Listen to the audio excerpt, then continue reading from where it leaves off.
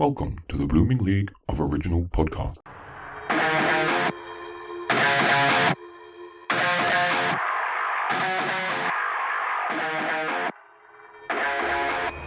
G'day and welcome to a frosty edition of Thrash and Treasure, the Torture Chamber musical comedy podcast where musicals and metal clash so wildly we're left with hearing aids and a false set of teeth. And speaking of falsetto, I'm Aaron, and I'm joined as usual by the delicate snowflake who is fractally perfect in every way. I call him Frosting the Dough Man, but you know him as Evan the Metal Man. How's it going? Good. Was that fractically perfect? Yes. Oh, very well done. A little Mary Poppins reference there, even though that's a different musical. And a math reference. And yes, very good. Fractals. Well done. Yes. Yes. Well, that was a fractally perfect joke then. Yes. Anyways, guess what? What? We have another Disney diva in the studio today.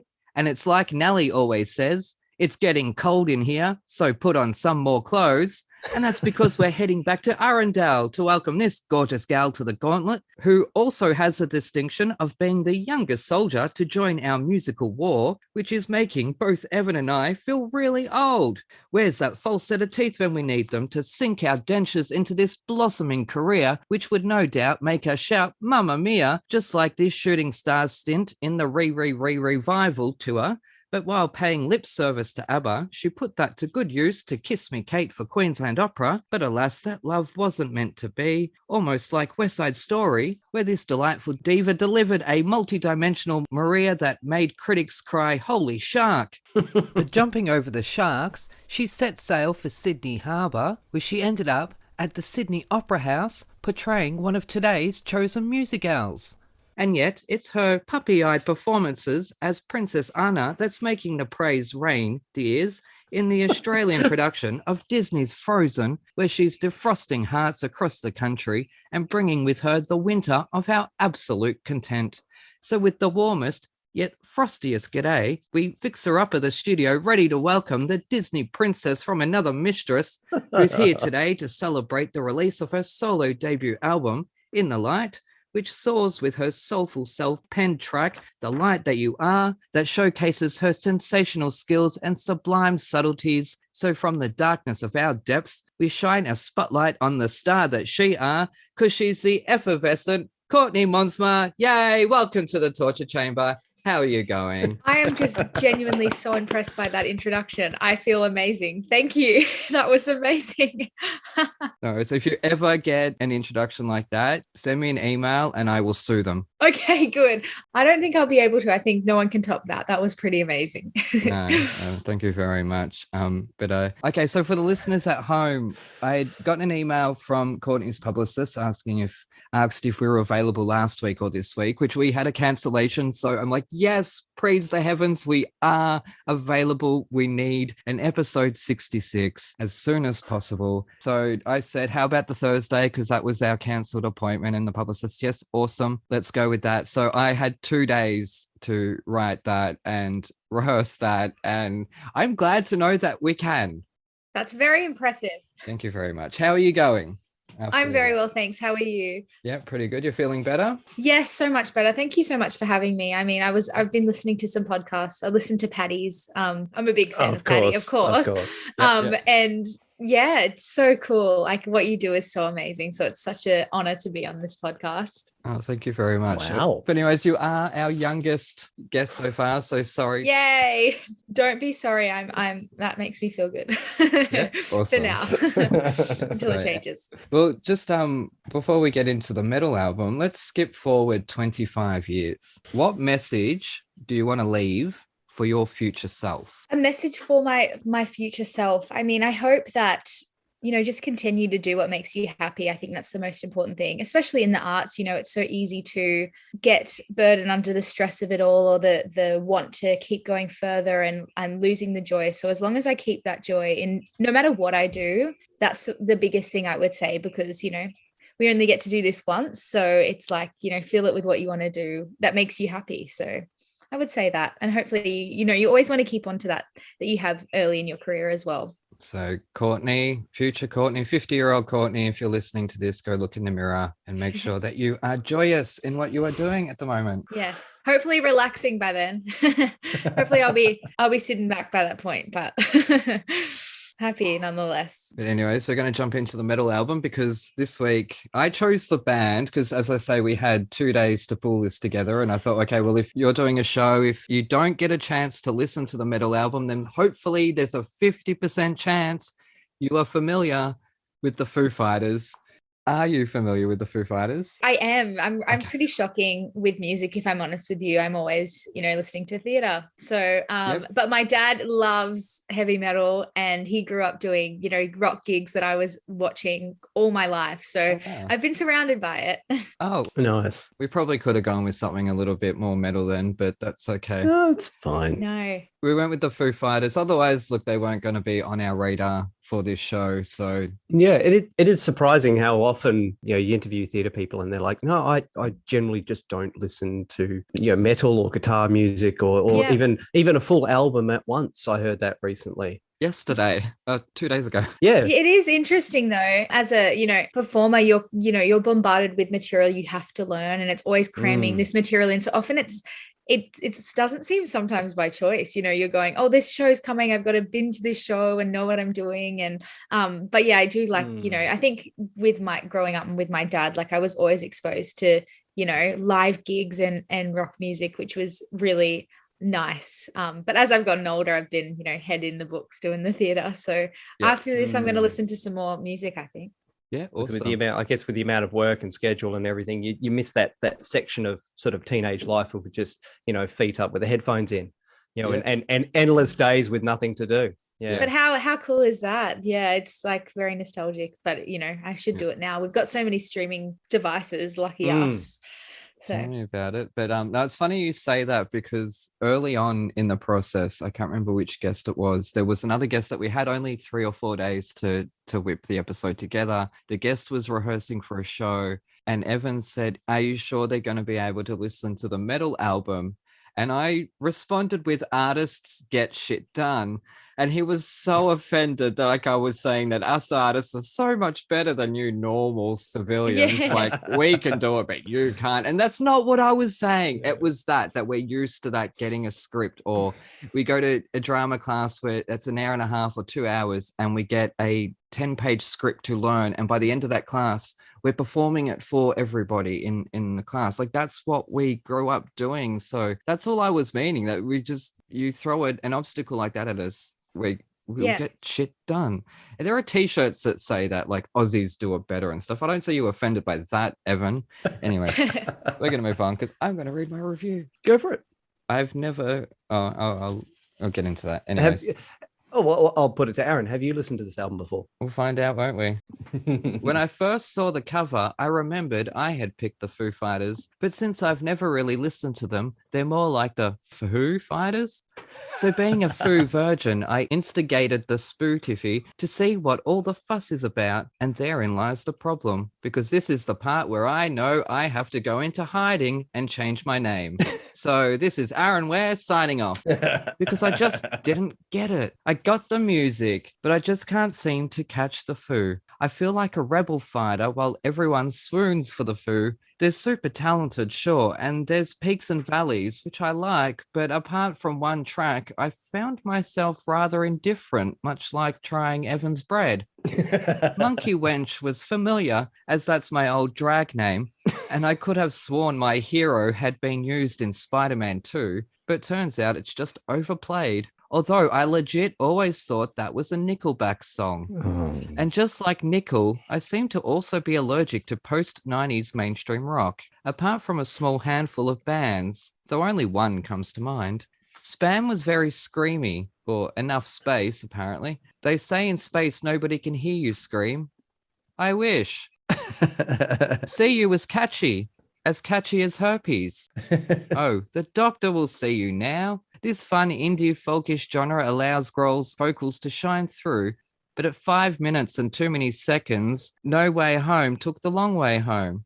Overall, much of this album is vaguely familiar, and despite some 20 listens to this uber beloved album, I remain immune to Dave Grohl's charm and dashing good looks. Maybe it was that Foo shot we got back at school. Track 4 sums it up best. My poor brain. 3 stars, but only because I don't want to get Will Smith. I've just never been drawn to the Foo, despite the mainstream appeal. Besides being remarkably talented musicians, there just wasn't any unique ingredients that I get from other massive bands. I am so sorry to the world. I know everyone loves the Foo and I'm horrible. I'm just defeated. I mean, I keep throwing some of the greatest musicians in the world and you're like, meh. Well, that's what does it take? what it's taken is Primus had that uniqueness. Faith No More had a through line. What else have I liked? Rammstein was a living fairy tale. I'm sorry to the world. I really am. I know I'm going to not be able to leave my house ever again. I feel like I've shattered you, Evan. Yeah. Yeah, well, so, okay, this week doing the research on Foo Fighters was pretty easy because, I was there. Lived through, Nirvana is my high school band, obviously. Yeah, see, them I liked. There was a darkness to them, an underlying darkness without the screamingness that gave them that unique ingredient. Okay, continue on. Sorry. Yeah, I was just going to say, I was there. Nirvana was my high school band. Obviously, Dave Grohl was the drummer from Nirvana. I remember where I was when I heard that Kurt Cobain had died. And, it was all over type thing. And then I think for about 6 months they were just really quiet. They didn't make any comments, they didn't do anything. It's reported that Dave Grohl just kind of packed away his drum kit and went, I can't even look at music anymore. Wow. It just sort of on his own decided to get back on the horse and started recording all by himself. Did the bass, guitar, rhythm, everything himself. He had recording all these songs that he'd written previously, which eventually became the first album that was just self-titled Foo Fighters. What we listened to, The Colour and the Shape, 1997, was this was the first album where they actually had a band together, because he assembled a band in order to tour the first album because there wasn't one. And then, assembled this band in order to record The Colour and the Shape, which became their most successfully, most commercially successful album. Almost, yeah. What do you mean almost? When you hear that back, both times you tried to say that did not come out. Trust me on that. It became their most commercially successful. That time you said it. Okay, how about you record it and just edit it into me? How about you do one of these intros, Evan? You can't say 2 words. Go on. I'm just teasing you. Anyway, single. I mean, Monkey Wrench was massive. That was just everywhere on every radio station. Every third song was bloody Monkey Wrench constantly. And of course, Everlong, My Hero, off this album as well. Again, they're still the most famous songs, and like the end of the show type songs will be Everlong. After 2 hours of Foo Fighters, they'll finally play Everlong and people can go home. But this was I would have been 18, 19, 20-ish when this came out. And this was our, when I was playing in a cover band, we covered a lot of these songs. So I'm very familiar with all of them. Oh, wow. That's so cool. Plug. Yeah. And I especially hate Everlong. It's an absolute bastard to play on the drums. You're sitting on the hi-hat the whole time, just rolling on the hi-hat all the way through. And the only time you get a break is with the choruses, which is like opposite of most songs, where you're keeping it easy through the verses and then you have to go hard in the chorus. This is the absolute opposite. You're going hard really quietly, and my forearms would just burn. They'd have to sort of go, are you ready for this? We're going to do Everlong. Are you ready? And like, okay, we'll give it a go. But painful song to play. I'm sure more established drummers are just like, whatever, it's easy. But I found it really hard. It just burnt my forearms. I absolutely love this album. I love reliving it. They've been through so much tragedy, and with the drummer actually had an overdose, I think not long, somewhere in the middle of their career, and spent like 2 hours, spent 2 weeks in a coma. And again, they're like, that's it. We're not, another friend taken down by drugs. Bloody hell. But But no, he woke up. He was okay. They continued on. Oh. He has now since died. Oh, okay. Recently. That took 2 turns. I Like know. 2 really quick Yeah. turns. Yeah, but there's Plot 20 twist. years in there. There's 20 years Oh, okay. along the way. You know, he survived for another 20 years. That was quite recent, wasn't it? I remember seeing that. It was Yeah. only a few months ago. This Yeah, year. it's so sad. Yeah, it's an absolute classic. There's so many people, so many YouTube videos of people breaking down this album or what everything means. They're all trying to read into, you know, was there references to Kurt Cobain and what's this about and what's that about? I think what I love about this album, it is an album that is made to be listened to as an album. Each song is done in an order that is meant to be listened to in that order. I got that. You know, it's constantly going up and down, up and down, up and down. It'll give you a bit of a quiet and then scream at you for a bit, and then a bit of a break, and then scream at you for a bit. And even within the songs, Peaks and valleys. peaks and valleys all the way through. You're supposed to listen to this album start to finish. That's the way it's done. And 2 of the song titles, like Walking Away From You or something, or Long Way Home, or whatever, those 2 have a similar sounding thing that an idiot like me could make a sentence out of those 2 song titles. Yeah. My OCD was pretty calm this week. But yeah, they're constantly building peaks and then, you know, dropping and building again and dropping and building again over and over and over. It even becomes comical. It's like, oh, is it going to build up again? Yes, it is. Well, I didn't get comedy, but yeah. I can see that they are super talented, or at least Yeah. I don't know much about the other musicians, but Dave Grohl is. Yeah, this was really displaying that Dave Grohl could stand alone, you know, away from Nirvana, and Yeah. because you know, apparently even after the first album they released, you know, every interviewee, every question was Kurt Cobain, Kurt Cobain, Kurt Cobain, and he just had enough of it. You know, didn't want to deal with the press whatsoever because he was just sick of being asked about it. And they're reading into the lyrics. It's like, is My Hero about Kurt Cobain? Is Yeah. is New Way Home about Kurt Cobain? There's February Stars about he got sick of it. But this really proved that he could write solid songs, a solid rock album with a theme and an idea, and execute it and tour it. And, you know, it's been superstardom ever since, really. Yeah, I love it. Speaking of falsetto, I can't speak much more highly of it. He's just an amazing musician in general. He is a drummer first. There is a bit of a story about the drumming, because the previous drummer they'd used did work on this album a bit, and then Dave kind of wasn't happy with any of it, and he ended up sort of re-recording all the drum tracks while the drummer wasn't there. Oh. And the drummers sort of rung up and go, should I be on a plane? Should I be over there? I hear they're recording, you know, shouldn't I be there? And he's like, no, like Dave's just kind of re-recorded all of your drum parts. Sorry, you know. So, and they've ended up with Taylor Hawkins, who has now recently died. So even though Taylor Hawkins doesn't actually play on this album, he is on all the videos. He toured with them and then became their drummer from then on. But Dave Grohl is actually the recorded drummer in this album, as well as the previous one. But then ever since then, it's been Taylor Hawkins. But yeah, and yeah, they did sort of talk about the pressure involved with, you know, you're recording drums in a band where the front man is one of the best drummers in the world, and he's looking over your shoulder, and like that kind of pressure is hard. And he's expecting you to come up with your own ideas, but they're not how he envisions them. So he ends up just re-recording the whole thing. And he does. Dave Grohl does say he doesn't regret doing that. He's, you know, it needed to be done. The drums weren't right, you know. But he did end up losing a drummer doing it. So now just before we move on to Courtney's thoughts, 2 things. What does Foo mean? In World War II, they used to see, you know, whether it was aurora borealis or lights in the sky of some kind, whether it was rockets going over or traces or whatever it was, there was weird lights in the sky, and that was the soldiers' name for like UFOs. They were Foos, and they were fighting Foos, so they were Foo Fighters. Oh, wow.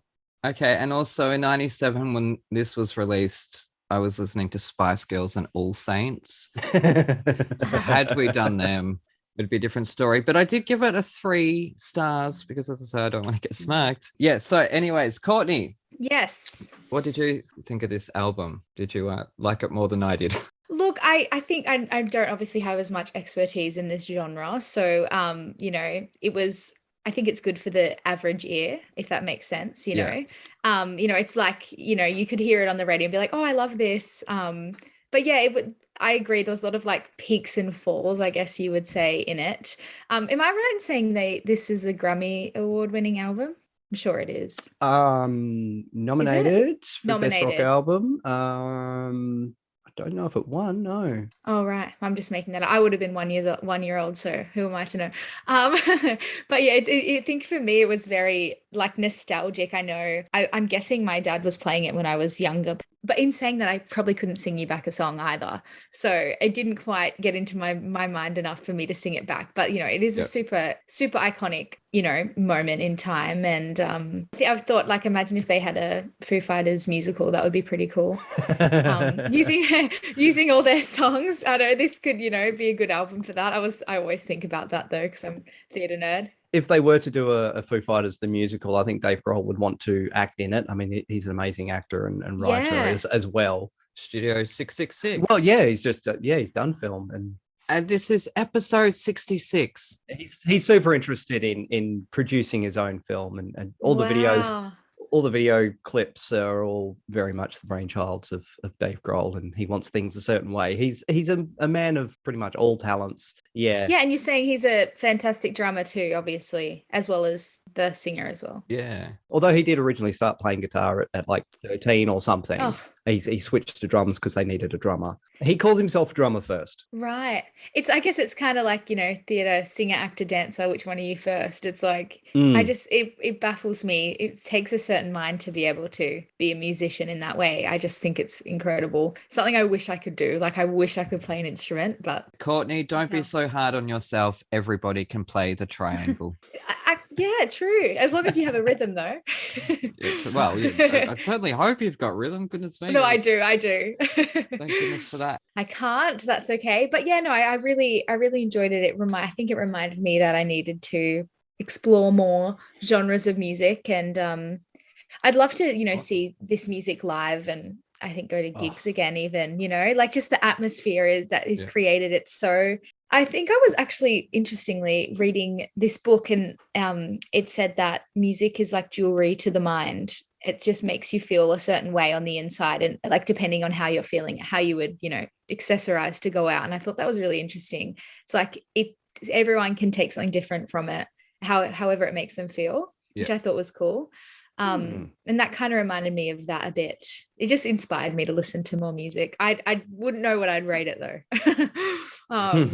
I have been fortunate enough to see them live, and they're incredible live. Oh, did you? Wow. They were supported by Tenacious D, which is awesome. Oh, yeah. Well. Oh, wow. Jack Black, marry me. Yeah, me too. Tenacious D and the Foo Fighters on the same bill. But what was really annoying is a Tenacious D song where Dave Grohl is the devil in the video clip, in the greatest song in the world. The big Tenacious D song. Yeah. Where the devil is like, play me the greatest song in the world, or I'll eat your soul. That's Dave Grohl. Oh. So when Tenacious D and Foo Fighters were both going to be on the same bill at a concert, I was expecting Dave Grohl to come out for the greatest song in the world, and he didn't. So annoying. Oh no, and he would have been there. Yeah, he was there. He's backstage. Yeah. He's doing something else. He could have popped out for 5 seconds to just go, play me the best, and he didn't. It was really annoying. That would have been very iconic if he did. But live, they're amazing. Like exactly as you hear on the CD, they're note perfect. They're amazing professional musicians. You can kind of tell as well when an album's recorded, you can tell if they'd be good live, like in the way it's sung, you can tell it's like more raw or and I got that. I was like, oh, that's how they are. That's amazing. Very talented. Yeah, because it stands out when it's been overproduced. That's why. Yes. Yeah. But I'm getting a flash, and I'm thinking it was actually Foo Fighters that when they went for an intermission, Dave Grohl's grabbed a camera and just gone backstage, and then it's come up on the big screen. So it's like everyone's sitting around having a drink and a smoke, and he's like, oh yeah, we haven't gone anywhere. We're just having a break, and he walked around, went through the toilets, just being stupid. But it's the first time I've seen a band actually, grab a camera and go backstage for their own break. Yeah, I mean, they'd want to sit down. Yeah, that's amazing. You're not going to say that musical theatre, like, leave us alone. No. But I guess, with theatre as well, you're often not being yourself. So there is that massive mask you're putting on. So it's a bit more exhausting sometimes, I guess, to pretend all the time. But in saying that, people are elevated when they're in their performance state as well. So, yeah. Anyways, now, I didn't know that the Foo was a World War II reference because the segue I've written is something stupid again. Do we all remember the movie tone today in movie tone news? No. Nope. Oh, well, it looks like the Foo Fighters lost the battle, but they can still win the war. We're going to an ad break. That works. I thought you would know that reference, Evan. Well, it's period correct. I'll give you that. G'day, listeners. Aaron here. Because Evan and I are stuck in Australia, we thought we better send a spy to Broadway to check out the shows for us. So here is our first review from our new Broadway spy, Spencer. Six is a global phenomenon. There's no other way of saying it. I don't think I've ever seen a show besides Hamilton get this amount of popularity before it hit Broadway and this amount of hype. I don't think Six lives up to its hype. I will get hated on for saying that, but I don't think it lives up to its hype. I think it's fantastic, but I think it is very much an overhyped show. It is a beautiful story told in the smartest way possible with a group of 6 powerful women up on that stage. I'd like to individually point out Samantha Pauly, who plays Catherine Howard in the Broadway production, who truly does something with that role that I haven't seen in any of the other promotional videos for any of the other companies all across the world. This show got some Tony nominations, deservedly so, but it did not get any for the actresses, which is a real shame because it's really hard to single them all out. This show is beautiful technically, amazing lights, costumes, everything. I love the fact that it is an all-female identifying band. I think that that's really cool, and it's awesome that they're on stage as well, because as a performer myself, it is just amazing to be a part of that energy every night. The night I saw the show actually was the reopening night on Broadway, and the energy in that room was palpable. You could feel everyone loving the show and excited to be back in a Broadway theater. I'm excited to see this show get more popular across the US because they are doing 2 tours. And is this show for tourists or purists? I think this is a show solely for tourists. If you are a theater purist, it's very short. And for someone who is a standard theater goer, this is not your kind of show. But if you're a young person who's just starting to get into theater, this is your show. If you are a tourist, this is your show. It is so much fun. And that's my review of 6. You're listening to Thrash and Treasure. I'm Aaron. That's Evan, and we are joined by Australian theatre starlet and rising star, really like you are leading a Disney musical on your shoulders, Courtney Monsma, who has joined us this week to promote her new album, In the Light. I have to ask, it's a cheeky question. How much is this putting your stamp on those roles when they come to Australia? So when Beetlejuice comes, you want the Lydia role. Yeah, well, you know what? That's a thing. I think I'm pretty self-aware, I think, as an artist in terms of what I think I can deliver. Yep. And especially, like, I think Beetlejuice has a really amazing rocky tone. And I don't necessarily know if that would be a role for me. Like, I think I could admire someone else doing it amazingly. But I think definitely just even, as a performer and an artist, just to be a bit more individual and like put your own stamp on shows that are so established is kind of cool, just to try and, change that perspective. But like, of course, I'd love to play any role really. And to know that maybe I can execute it would be a good thing for my career. Does that include Sweeney Todd? I'd love to do Sweeney Todd. Yep. It's like when you I would love to. I love that it's, a bit darker and, but with doing Disney and, I'm often pretty typecast in those sorts of, happy roles. It would be so cool to get a bit more grungy and play something different. Yeah, I think you have to get in line behind pretty much everyone wants to do Sweeney Todd. I will wait in line and maybe there'll be a point in the future. No, I don't think yet, but Well, was that a conscious decision to go with a more musical themed album as opposed to something more pop rock? Yeah, it definitely, I think in terms of my, listeners as well, like I think that's something that I've grown up listening to a lot, obviously. And I think that was a really important thing, at least to start. I feel like that's very much a big part of who I am. And I would love to branch out and do more pop and write some more and use some different musical influences. But I think at this time, the musical themed album seemed right for me. And just follow your gut instinct, though. You don't need Yeah. my advice. That's every artist, really. Just follow your gut instinct. definitely. That's how we've gotten all these guests on this bloody show. I know. I mean, props to you. This is cool, though. I mean, people would be lucky to be here. Before coming on, they're lucky. No, it's different. It's different. That's refreshing. You're often doing the same thing.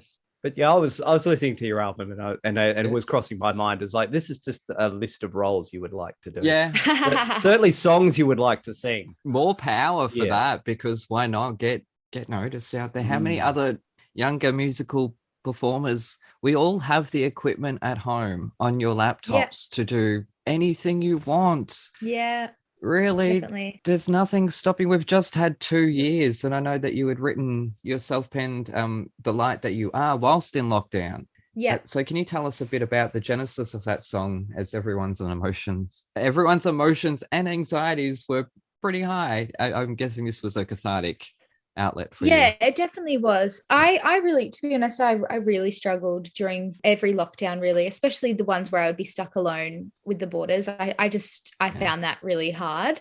And yeah, we just, had to go away from work, and that was such an outlet for me to escape, as it is for most people. That's why we love music. And I just had this like kind of poem in my head for quite a while. And then I just sat down like on my iPad and played around with all the software on there and came up with this song. And it kind of came from the basis of so many times, especially my co-stars, who I just see as these amazing people, are so doubtful of how they are, and they can't see how amazing they are, like genuinely. And that would just baffle me. So I'm like, how can you not see that? And I think we all do it. We all strive so much, and we never actually stop to acknowledge like what we're actually doing or admire what we're doing. So that was kind of the theme of the song, was that you can reach all these goals, and that actually doesn't solve that inner self-worth problem. You think you reach something and you're like, oh, I believe in myself now, I'm amazing. But actually sometimes it's the opposite. You're always striving for more. So it was that moment to stop and go, hey, if only I could see myself the way that others do, or, believe what they say. So that was kind of the theme of it. Are you listening, 50-year-old Courtney? I know. Hopefully she'll write some better songs by then.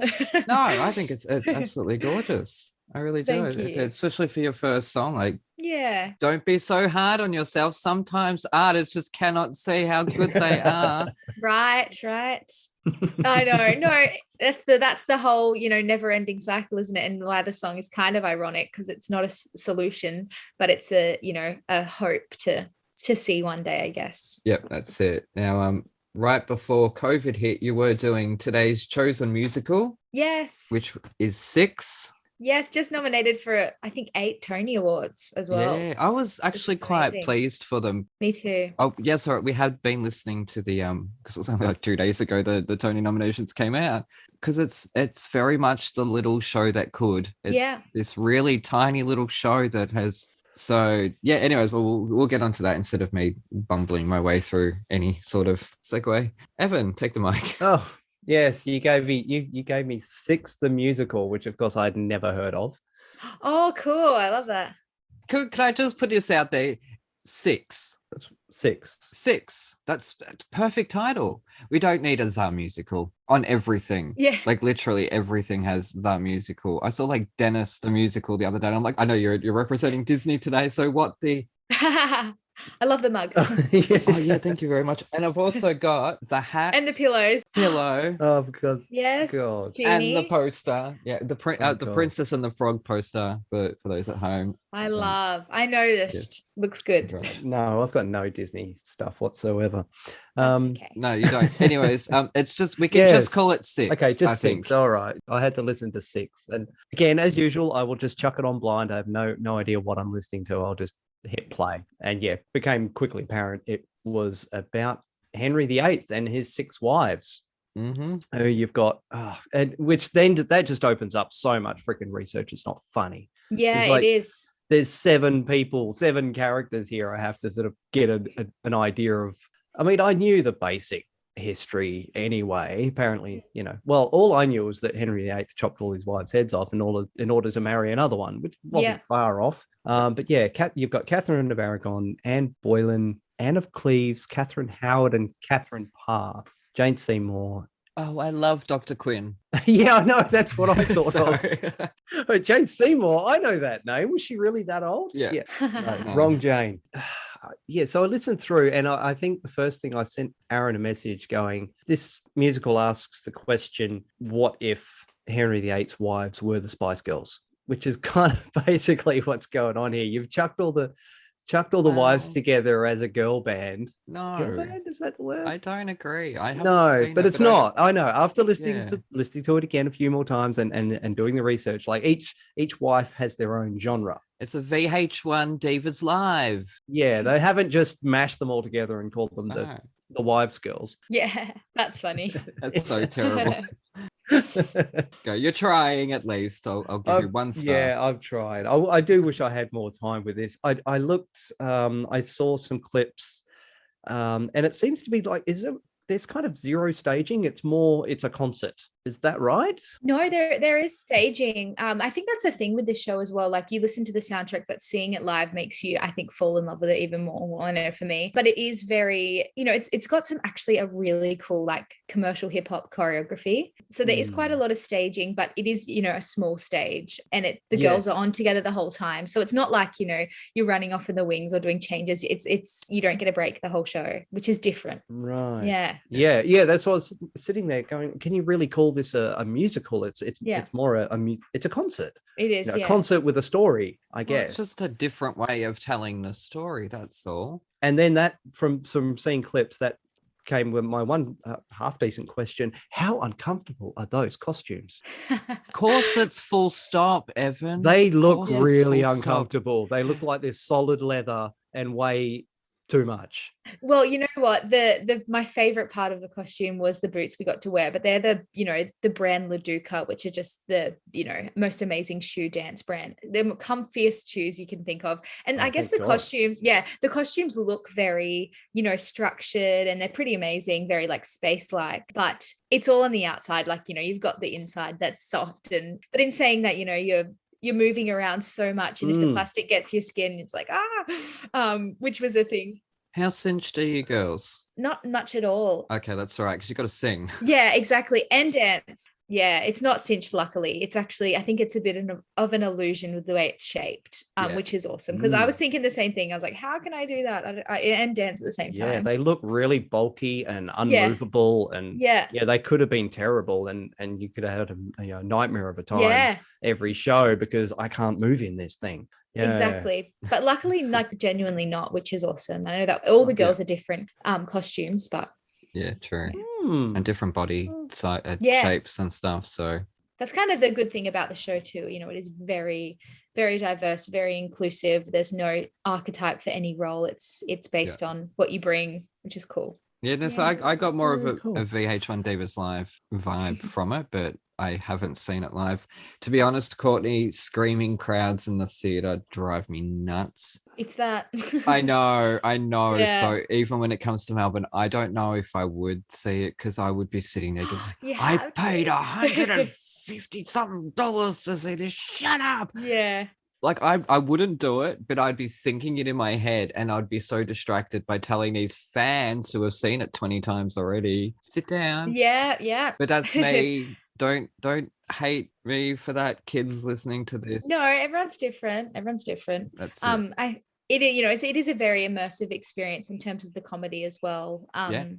But yeah, it's not too bad. But lucky when we did the show, we had in-ears, so I couldn't hear much of it, which was good. Oh, that's right. That was handy.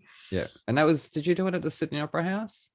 Yes. Oh, that's right. I mentioned that in the introduction, didn't I? Yes. 2 recordings this week, so No, that's a lot. you're lucky I haven't called you Simon by now. Okay. Let's just say that. You can call me Simon. It's all right. Yeah, goodness me. Like, yeah, sorry, That's Evan. Yeah, Yeah. Sure. I just forgot. I did make notes listening through Six the Musical, and these are just Yeah. like my initial thoughts of hearing the song for the first time. No Way. What track is that? Track 3-ish? Catherine of Aragon's song, No Way. That absolutely rocks. Yeah. Heart of Stone which is Jane Seymour's. That's like a classically built ballad that was really well put together. That's a Kelly Clarkson song. That is. That's a Kelly Clarkson song. In the theme of, or an actual song? No, it's not our actual. No, not her actual song, but Right, in the theme I of. could hear her singing that type of song, like another song I Yeah. could hear Lady Gaga do. Yeah, and then what's the other note I made was the House of Holborn, Yeah. which is that's just everybody, I assume. That's an old school rave thumper. Yeah. Yeah, That's what that is. That was early 90s going to illegal raves in warehouses In Germany. That was proper rave, Yes. old school thumper crossed with a polka. Yes. Do you know what the story is behind that one? No. No, I have no idea. So with his 5th wife, I think, which was my mind went blank. Anyway, House of Holbein was a place that women would go to get portraits painted to send to kings. That's yes. Ah. I did watch the documentary, and Yeah. So the House of Holbein was this place you'd go, and like often I think it would be, with poisonous paints, of course, back in the day, but they would go there and they'd be like, I want to marry this prince, like draw me up. And they did that for his next wife. And when he met her in real life, he's like, you look nothing like the picture. What's happening? And then they got a divorce.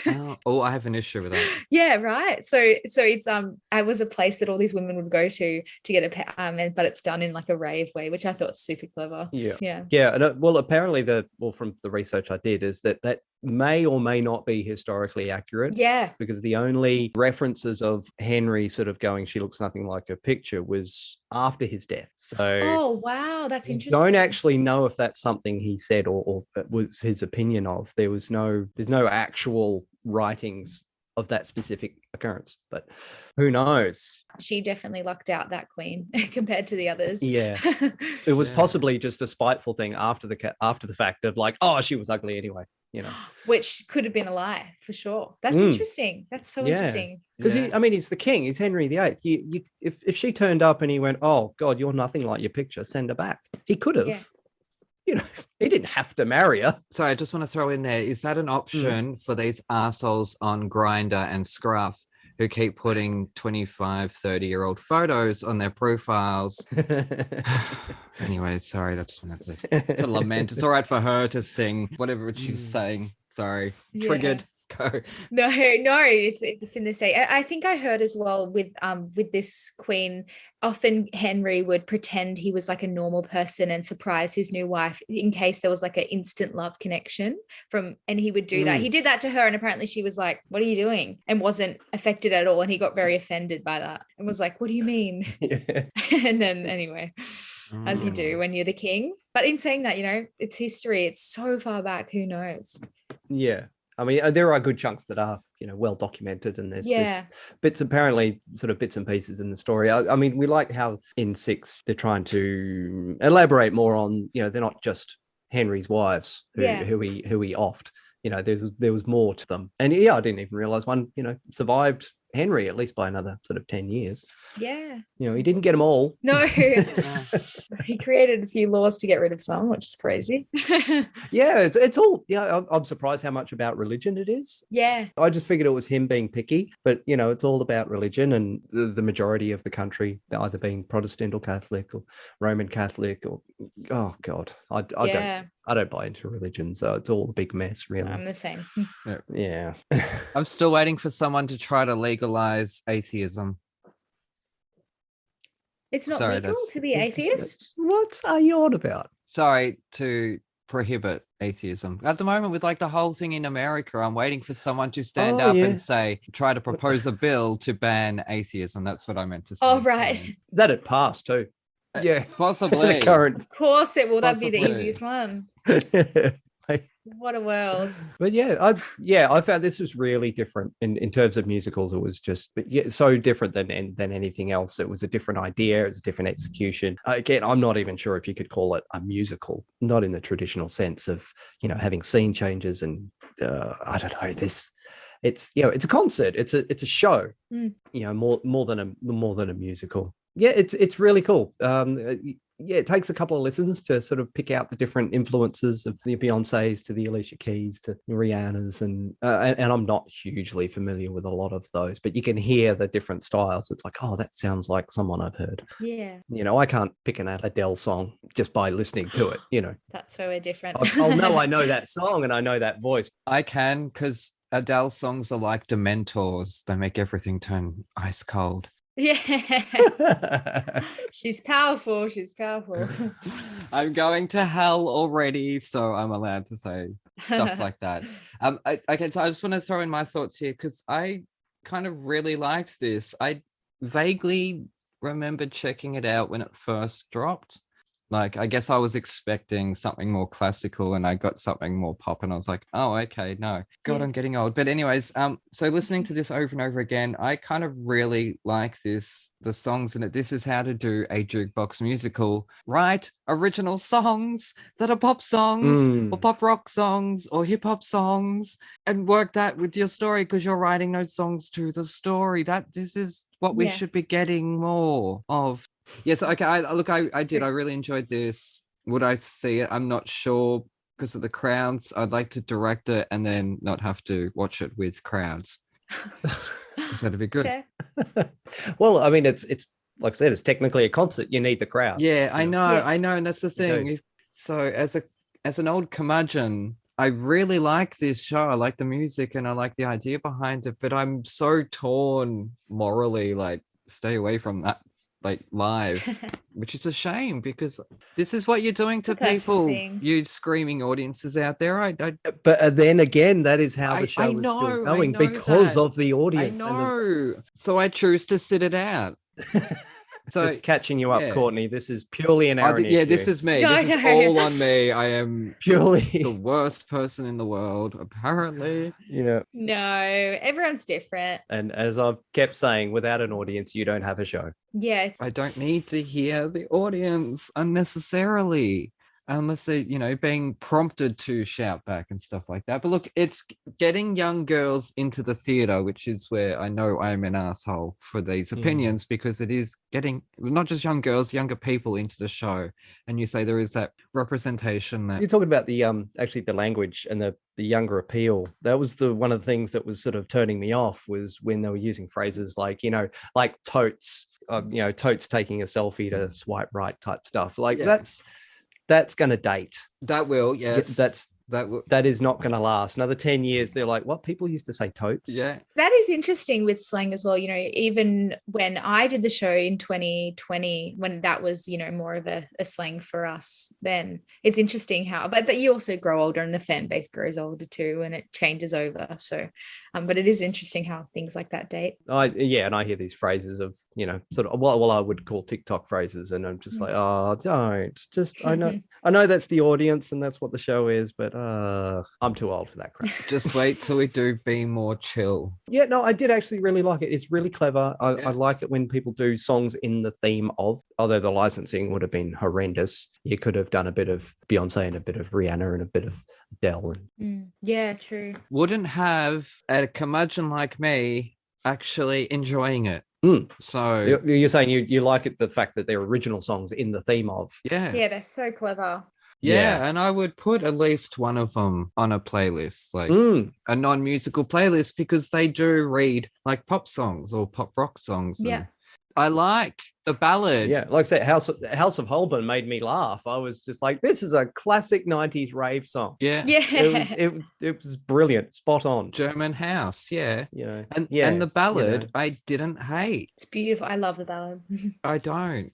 I get too excited and I just need to get up and move around. I'm like, just hurry up the ballad already. And I know I'm a horrible person. We have established this already.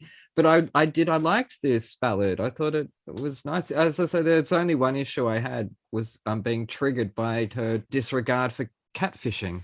It's all right for her. She got to be queen. And a few kingdoms, yeah. Yeah, the rest of us don't even get a second date. Anyways, after 6, we're taking 5 as we jump to commercial break. Oh, Jesus.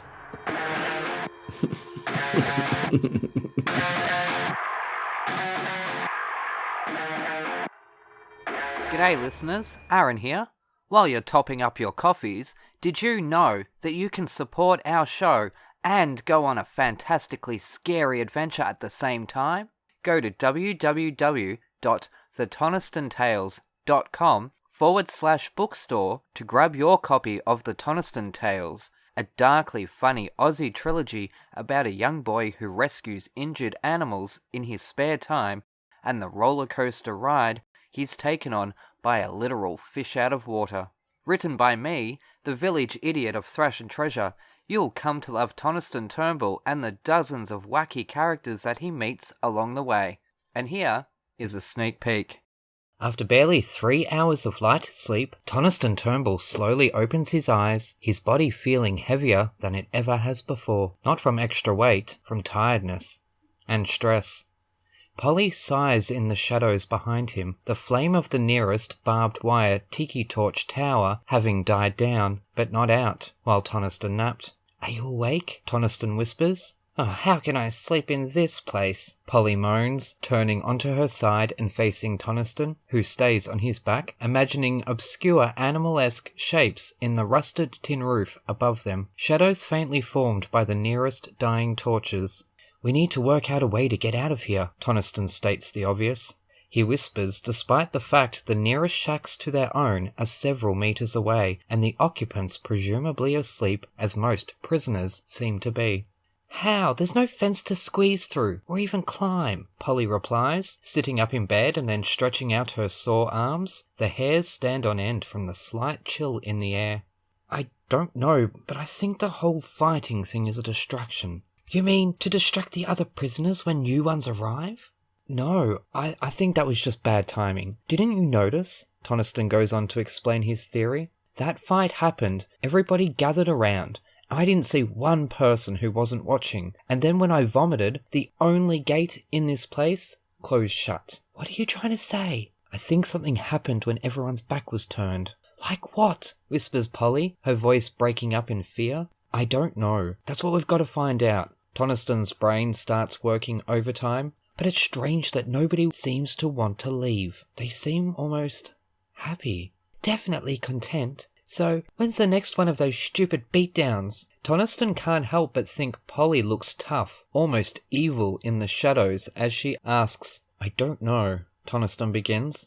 But both teenagers are distracted by a crumbling noise in the distance. Hopping out of bed, Toniston joins Polly on her own, equally uncomfortable one, spotting a large, white package hovering close to the cave ceiling, behind it a shadowy figure. The package is lowered down, causing the teenagers themselves to lower as well, hoping not to be spotted by whom or what may be operating this obscure crane. Over a long, slow descent, the package is dropped to the ground. Polly keeps her eyes on it, but Toniston looks up immediately, spotting a large black shadow scurry away to God only knows where. "Come," he whispers, as he quietly hops off her bed, slipping into his docks with bare feet. Polly follows his lead. Careful to keep watch on all directions, the teenagers swiftly sneak over to the white package, their hearts beating an almost tribal jam in perfect harmony, and stopping in their tracks as the sudden realization of what lies before them sinks in. A woman, seemingly in her early 20s, wrapped up in bandages from the neck down. No, not bandages. "Is that spider web?" Polly asks, completely mortified at the prospect. Grab your copy of The Toniston Tales from thetonistonTales.com/bookstore today. Hooroo!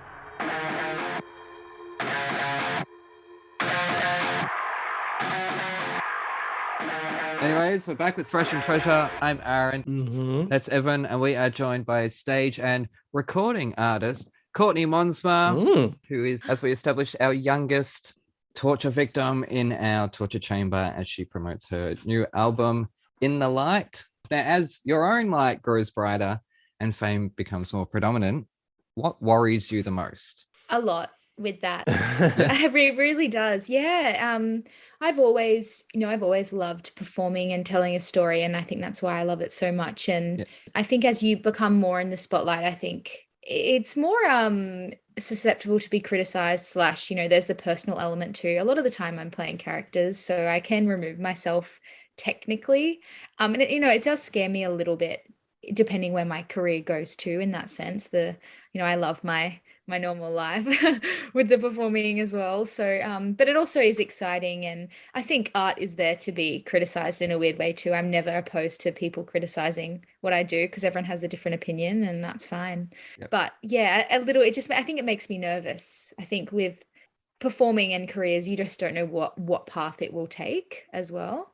And it's just trusting that one will be the right one for you, I guess. Yeah, following that gut instinct as we spoke about. Always. Yep. Yeah. Now, can you do any celebrity impersonations? Oh gosh, I actually don't think I can. How lame am I? No, that's not lame. Have you heard my ones that I can do? After we do this, I'm going to think of a few, I reckon. Yeah, try it. The Carol Channing's the one I usually bring out on this show.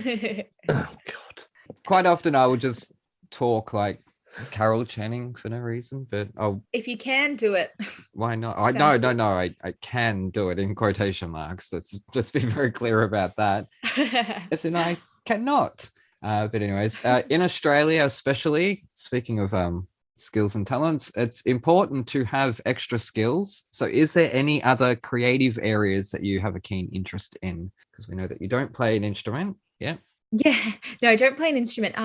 I always, like I said, my love for it really stems from telling a story. And if it's me, if it's a character, whatever, I would love to do film and get into that area. I just think to play with new material a lot and like really get into a character would be something I'm super, super interested in. Yep. And hopefully I get the opportunity to do that at some point. I do it in my spare time. Like I work on it, do my lessons and all that fun stuff. But I think pursuing it, it's a whole different beast. So, one day I would absolutely love to direct as well. I think I have a lot of ideas and I often want to say something and it would be so cool to create something, even write something as well. Because there was a great comment from, I think it was James Gunn, and you're going to go, oh, James Gunn. Why am I going to go get James Gunn? I love James Gunn. Because you're not a fan of James Gunn. Yes, I am. Anyway, there was a great comment from him. Oh my God, I'm so insulted. Go. Oh my God. There was a great comment from a director saying, look, just open your phone's camera. Bam, you're a director. Like, anyone can do it. Pick up the camera and go for it. Yeah, if you have an idea, just like go with it totally. And that's where the joy is, I think. It's like being creative. So as long as I can do that, happy. It's finding the time. Obviously, that's the thing. You're very busy at the moment. Yeah. I am I am. Yeah. When I stop though, I'm always like, what do I do now? I'm always trying to do something different and fun. Yeah. When I stop working is when I go crazy because I'm like, I've got no purpose in life at all. Yeah, I'm the same. Yeah. Now, if you had to be quarantined with any Disney villain, who would it be and why? Oh, good question. Disney villain. Oh my gosh. The most serious question so far. Yeah. I feel like Ursula, because although she's got a lot of personality, I feel like she'd crack a few good jokes too. And I reckon underneath all that, there's obviously there's some vulnerability. So it'd be cool to find that. Or I could turn into an evil, lady too. But definitely Ursula. Yeah, and she was based off Divine, the drag queen. So you're getting a good time. Yes, you get a few shows, I reckon. That's it. So now what worries you creatively? Kind of on that similar gut feeling thing, not sticking true to my impulses. Yeah. I think that worries me a little bit. I think that's where we all become different and where magic happens, I think. So, and also I think what worries me creatively is kind of similar to the song, is letting the fear stop me from reaching things or going for things, and the worry and kind of holding myself back worries me. Not anyone else, it's all personal. No, that's running out of ideas worries me. Yeah. Have you been to Disneyland? I have. I went in 2020, 2 days before it shut down from COVID. Oh wow. Yeah. Wow. How's that? Which one did you go to? Which resort? We went to LA, what's it The original one. called? Yeah, it was good. We went to the both sides of it, but it's just so clean. That's what got me. Oh, yeah. It's so beautiful. It's just insane. I just had the best time, and I'm so happy I went there. Yeah. Just before it closed. That's it. For like a year. Yeah, tell me about it. Yeah. And just before you get to play Princess Anna, Yes. now what was the first ride you went on? First ride? It was a Peter Pan ride. The really old one. Yes, Yeah. and the ships, and you're flying over Yes. Oh, I didn't get to go on that. Oh, you could see the stars, and like it was so Yes. very old, but it was so nostalgic and so sweet, and I loved it. Oh, lovely. Our first one was Dumbo, Oh, cute. and I made my father go on it. Like, we've come all the way to Japan. You are going on this ride. It's so wonderful. I'm so obsessed. I know, I could go right now. I know. Tell me about it. So I got my hat. I didn't buy the ears. I brought an actual like Mickey that. Oh, that is so cute. I know, right? and the So t-shirt good. I got, or one of the t-shirts I got, because of course I'm Disneyfied today. Oh, yes. I love them. All the villains. So we've got Maleficent, That is cool. Hook, Ursula. Who else we got? Oh, Goofy's there for some reason. This was Halloween 2015. So lucky. Why is Goofy part of a villain's t-shirt? I'd have to unbutton all of them. Mickey, Minnie, and Donald and Goofy are on it, I think. Well, there's Mickey. Okay, so yeah. Again, it hurts to look down. Not specifically a There's villain Minnie. shirt. But... Yeah. Well, Otherwise, our whole life has been a lie. it's a Halloween shirt, but the theme of that Halloween was all the villains. But anyways, That is so cool. still on Disney. Now, if you were to do a VH1 Divas live lineup with Disney princesses, or Disney divas more so, that's animated, like Pixar, not Star Wars, not Marvel. Yeah. So who would be the 4 or 5 divas that you would have? Wow, that is also a great question. I feel like I'd actually love to have Elsa because she's got some good singing chops. She'd be real good. I'd love the ladies of Hercules, like The muses, yes. Bless my soul. yeah. Yep. Just the muses. Like, I would love that. I think them themselves are a concert. They're amazing. I've always loved their songs. And to have David Zippel on this show, Yeah. was I like- can't believe that. That's insane. what? That's amazing. The funny thing was he came on our show because in Cinderella, one of the song titles is a pun, Buns and Roses, which I'm like, this is fantastic because it's a pun and it's a heavy metal pun in musical theatre. Who wrote this? Please come on the show. And David Zippel responded and said, Andrew probably wrote it. And I'm like, well, he's never going to come on our show, but Oh, you never know. will you? And he did. Yes, and if you follow him on any social media, it's just all photos of your dogs. Which Yeah. is a good social media. Yeah, I am not complaining. I love dogs. Yep. So we got Elsa, the Muses. Anyone well, else? it's 4, isn't it? Well, the Muses are kind of one. Okay, if we count them as one, Sorry. I know it's not like a princess, but Tangled, the mother. What's the mother? Mother Gothel. Mother Gothel, Donna Murphy. Yes.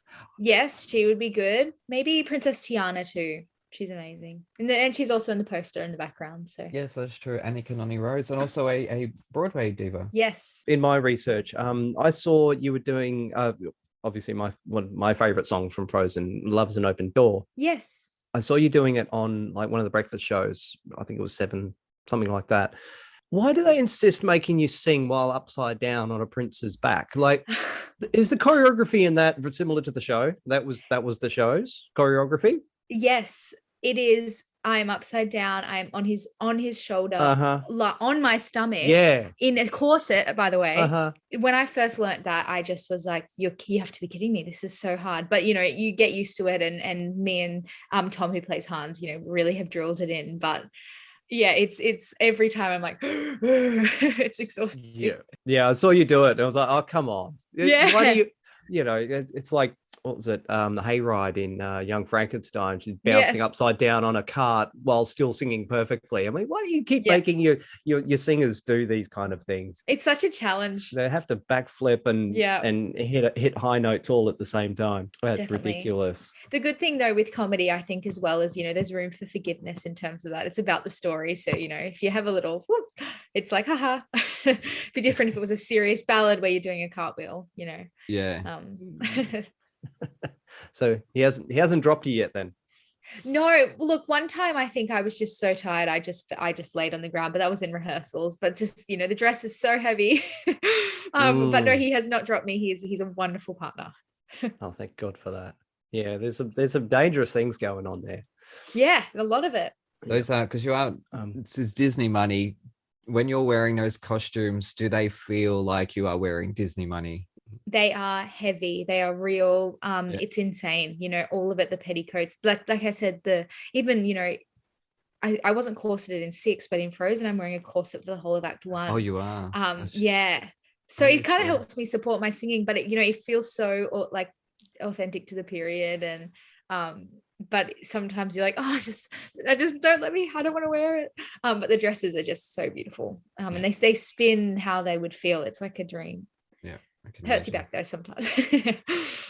Yeah, I can imagine. Anything else, Evan? Yeah, again, just your album that you've released, which it's wonderful. I listened to it a few times. Thank you. Yeah, what really stuck out was World Burn. Yeah, that was at the point of like, hey, I know this song. Yeah.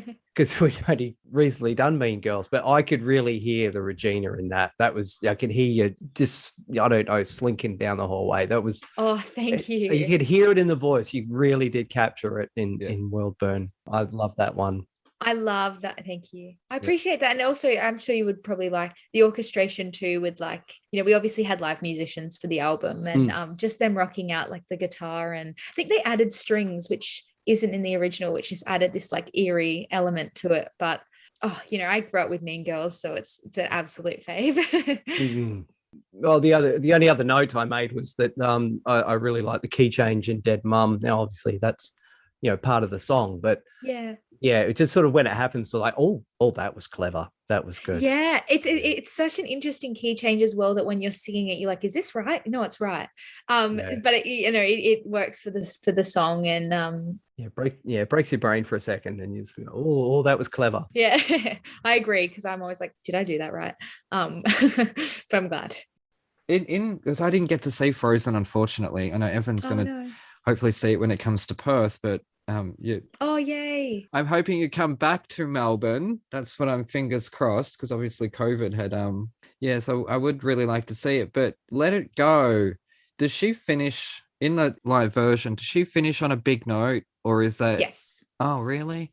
I don't think it needs it. I really don't think it needs it. I'm sure as a singer you'd be like, oh, phew, because, you know, it's a big note, but she's doing the anyway and holding it. Yeah, give the poor girl a break. Which is obviously different than the film. Yeah, it is. I mean, she absolutely demolishes it. She's amazing. Like it's nothing for her, but I could not imagine having to do that. No. The movie version's a bit easier, I think, obviously. Because I'm talking about Gemma Ricks, who I saw as Elphaba, and also Eva Peron. Yes. Oh, you saw her in Evita. Yeah, I was so disappointed I didn't get to see her as Elsa, to get that trifecta of big female roles. Like, damn it. She's amazing. She's incredible. Amazing human too. We all know who the lead in Frozen is. Yeah, Anna, because she carries the show. I'm sorry, it's Anna. But... No, I'm running a mountain. I'm climbing a mountain, so it seems fair. I'm running around. Yeah, it is a big role. Playing your second Anna, which is just amazing. And I've got huge shoes to fill with Patty. She's just amazing singing. You know, to even just be considered for that role is a hell of an honor. And the fact that you land it and nail it. It is. I'm on the mailing list. As soon as I mentioned to my wife, oh, look, we've got another Anna from Frozen, and it's coming to Perth. And she's like, that's it, we're going. Oh, you have to. Let me know when you're in. I'd love to say hello. I don't care how much it costs. We're going. And I'm on the mailing list. And there's no dates yet. August, I believe. I think it'll be sooner than you think. I thought it was August. That's what it says on the website. Okay, so the end of this year sometime. No, August is like middle. Oh yeah, true. That's not far off. I know this year's flying by. It's May already, isn't it? Well, I can't wait to see you there. July, August. Yeah, 3 months. Wow. Oh, you okay? Get ready. But no, I yes, going back, I thoroughly enjoyed listening to your album. I certainly did enjoy Six the Musical after I sort of got my head around what it was. Yay. Did you give it 6 out of 5? No, I didn't give it anything. Yeah, or probably a 3. I'll go down the middle because I think it's not really my age. Really, I'm not the target audience, is what I'm saying. But yeah, I can't wait to see Frozen when it finally comes to Perth. Obviously, we have done Frozen before, and I'm well versed in the songs. 5 stars. And I'll wave from the crowd. We'll wave. Yes, please let me know. No, don't do that. You're not at an amateur or Yeah. high school theatre. I know you don't even. It depends on are you aware of the crowd much, or you're just focused on what you're No. seeing, what you're doing, No. and what your co-stars are doing, and where you have to be. Yeah, actually the way it's lit as well, the audience is I can't see Yeah. anything. So and it's not that type of show, like maybe in the bows, but it's like, you're watching the film, obviously not the film, it's the show, but yeah, it's not like that, which is cool. It makes it feel more sophisticated, and it is, it really is a show for adults. I think it takes people by surprise quite a lot. A lot of my jokes are for the adults, for sure. It's going straight over the kids' heads, so I'm excited. Hopefully you have a few laughs. It's also a very technical show. They're quite demanding technically. Yes. With the costumes and who was it, the poor guy doing? Is he a reindeer? Sven, yes, I know, on the stilts. Oh, and you have 2 guys doing that who alternate because it's such a hard job, really. We alternate. Yeah, in a plank, I think the longest for like 20 minutes or just under, which is insane for doing a plank. Just having to hold themselves up on these sort of mini crutches and crouch around, and Yeah. Yeah, like the wheelies. hopefully not required to sing as well. No. Jeez. Not required to sing. I know, not good for the stomach muscles. No. But yeah, there's some quite physically demanding roles in that show, and like I said, a lot of technical things going on. It's very cool. I as a as a DIY person who likes to build stuff, just looking at the stage and the set was like, how long did that take to build? Oh my God. And all the crystals So in the clever. backdrop. Some poor bugger had to string that. Yeah, all of it. That would have taken weeks. Just it's incredible stuff that's going on. And of course I've seen all the wigs being made, and the hundreds of thousands of hours of things that all have to be remade. I had this sort of thing in my idea in my head that you would just use costumes from the other shows. No, they all have to be remade, all from scratch. Yeah All specific to us. And you can tell with that attention to detail. I think that's why it makes the show so special. Very genuinely, it is amazing. You can sit there and watch all the set and just be like, okay, cool, I'm happy. That'd be enough. Just one question before we do the socials. When was the last time you walked into a theater and gasped at just the majesty of the building? I actually quite a lot. I think every time I go into a theater. Yeah. Correct answer, Courtney. Correct answer. Or especially, with this show, I just finished off at QPAC, and I've always wanted to play on that stage. And the second I walk into that building, I'm like, any show. I'm such an easy critic. I love everything. Yeah, just theaters in general. Yeah. Love them. But anyways, where can people find you on the social medias? Yes, so just my full name, Courtney Monsma, on Instagram. I have a TikTok where I do a bit of Anna content. So if you love Frozen, that's quite funny. I have been seeing it, yes. And yeah, just also my website, which is also courtneymonsma.com, if you wanted to purchase a CD or just the same name on Spotify and Apple Music. Yeah. Now, no, there's a lot of arguments or comments going around that don't stream artists buy their CDs. Yes, I completely agree, buy their CDs. However, you're buying one purchase there and they get that money once. Buy the CD, then stream it. I agree. Okay, that's what you've got to do. I find I do that by default anyway. Yeah. Like we go and buy vinyl, and then I put that on Spotify on the driveway home, on the way home. So I will listen to it anyway. That's good that you do that. Yeah. Yeah. Yeah. It's a special way to support artists as well. Obviously, streaming there's not much financial there at all. And you want to be able to keep creating. So exactly. So the more streamings are better. Don't boycott the streaming, people. That is misguided. True, actually. It's not one or the other. Do both. Yeah, do both. Like, even if an artist is only getting 2 cents from every 1,000 streams, right? Yeah. Those 1,000 people stop streaming, there goes their 2 cents. So they don't get anything. So the more you do it, the more they get. So I will put a couple of songs from every artist who comes on our show that has an album. I put on a playlist. It's called a booster playlist, and just let play for 24 hours. Oh, that's so lovely. So every now and then you'll probably just get like 10 listens from me. How good is that? I don't always remember to do it, but that's my way of helping. No, that's really thoughtful. And that goes a long way. It's just to even see that figure, be like, oh, cool. So thank you for the support. So there you go, people. Go buy the CD. Go stream it. Go get yourself some tickets to Frozen. Go and see Courtney, because it's just amazing new talent on the up. You know, where do you go from Anna Frozen, for God's sake? Like, if you know, let me know. Yeah. Sweeney Todd, apparently. Just jump straight to Sweeney Todd. Yeah. Yeah, maybe. Anyways, again, a huge thank you to Courtney Monsma, and a best of luck for her debut album, In the Light. Be sure to stream it, buy it, support artists. Also, check out Frozen if you're in Adelaide from May 26th, I believe, and then Perth from August. And please come back to Melbourne. I've really got to see Gemma as Elsa, or I might die inside. We all know I am an ice queen on this show. And finally, a huge thank you to the Peach and the Pineapple for all their help in the past couple of weeks. So anyways, you can follow us at Thrash and Treasure Podcast, but we are going to leave you today with Courtney's self-penned track, and it really is gorgeous. It's called The Light That You Are. Thank you so much for having me. It's been a pleasure. It has an absolute joy. Anyways, you at home, you take care, and we shall see you next time. Hooroo! Bye. Thank you. Bye. Thank you so much. Thank you so much. Lovely to meet you guys, and let me know when you're at the show.